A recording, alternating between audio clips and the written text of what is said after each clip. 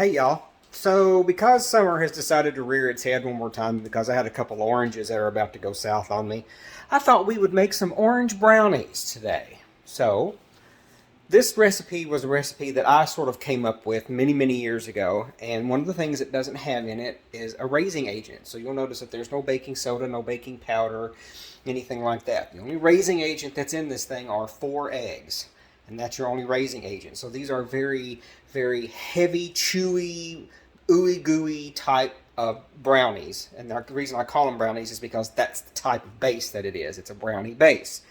So let's go ahead and get started.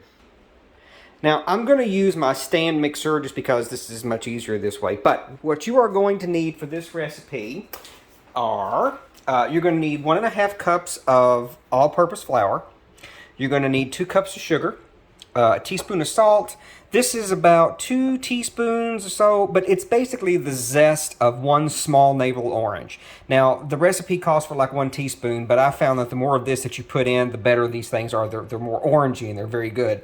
You're going to need some orange extract, and this is my favorite brand. I love Goodman's. I've used them for a long time, so this is my favorite brand. 4 eggs. So we're going to dump all of, we're actually not going to dump all of it. What we're going to do, and then we also need a cup of butter that's softened.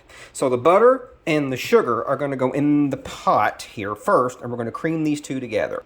All right, so with your paddle attachment, go ahead and cream the butter and sugar together until it's nice and smooth and fluffy. So it's going to take a couple of minutes on about medium speed or so.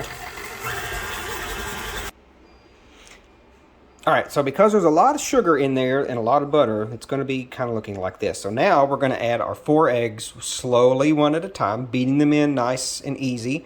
And then after that, we're going to add our salt and our orange zest and our orange extract.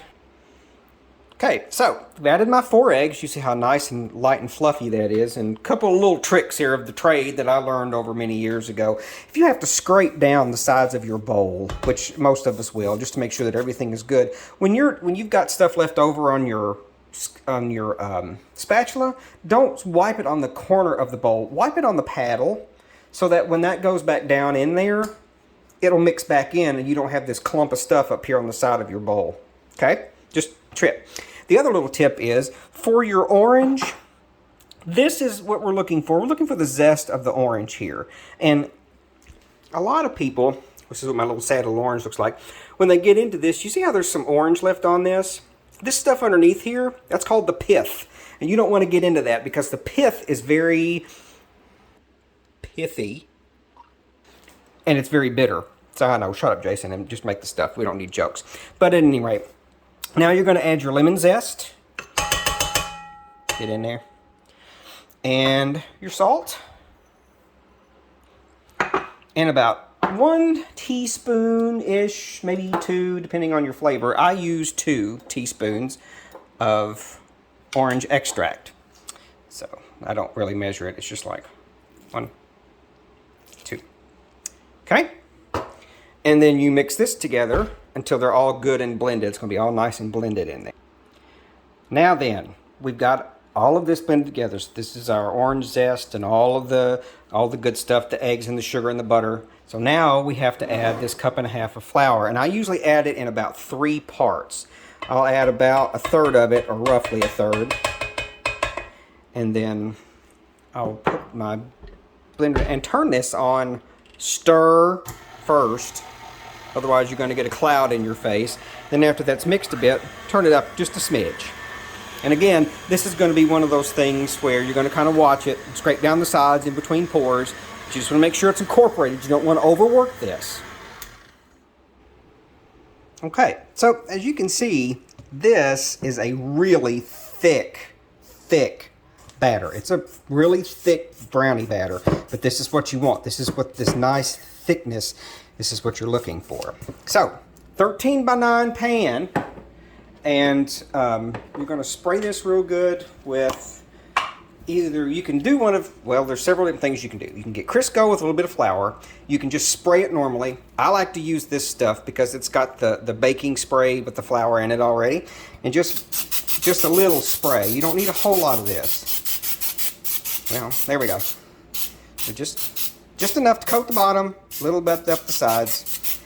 And then all we're going to do is transfer this into here as evenly as you can get it in here. Okay, kids, so once you get this in here and you've got it spread as evenly as you can get it, try to work it into the corners as best you can.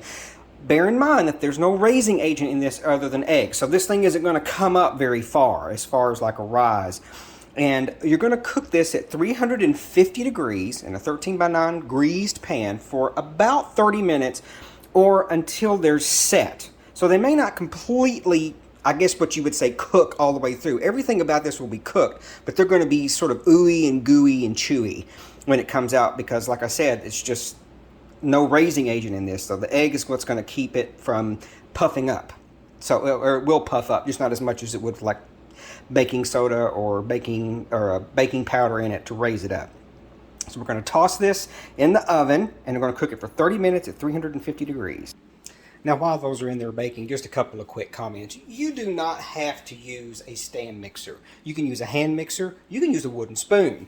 The only reason that I use my stand mixer is because that's a very thick batter, and it gets a little tough to turn as you add more and more flour. And you know, if you've got bad shoulders, bad elbows, something like that, just using a regular mixer or a hand mixer will be just fine. Just understand it may work the motor a little bit because it's so dense. So, you know, just be aware of that. I caught myself when I went back and looked at my video. There's no lemons in this. I think I said when I was dumping the orange zest in, I said add the lemon zest. It's orange. This is all orange. No lemons are involved. There were no lemons harmed in the making of these brownies. Okay, so now that I've said that, the brownies are done. Now, they're going to be little done around the edges, and that was a little bit of my fault. I didn't smell them baking. I was in the other room, but these are done. Now, we need to let these sit for about 2 or 3 minutes. And what you're going to do, right after they come out of the oven, take a fork, and you're just going to go down through here. You're just going to make little fork holes, just little bitty ones. Somebody's like, well, shouldn't you wait and do this after it cools? It's like, well, you can, but these are informal brownies, so don't worry about, you know, anything, because all this is going to do is just allow, see how spongy and light this is? It's very light and spongy. Now, it's going to sink back toward the center. That's just the nature of the critter. You've not done anything wrong, you've not harmed anything, but as you can tell here, you see how this is sort of chewy? It looks like it's not done, but it is. This is how these are supposed to look. So, the next thing we need to do, now that these are cooling slightly, remember that sad little orange? Juice that thing and put the juice in here and get about a cup of confectioner's sugar.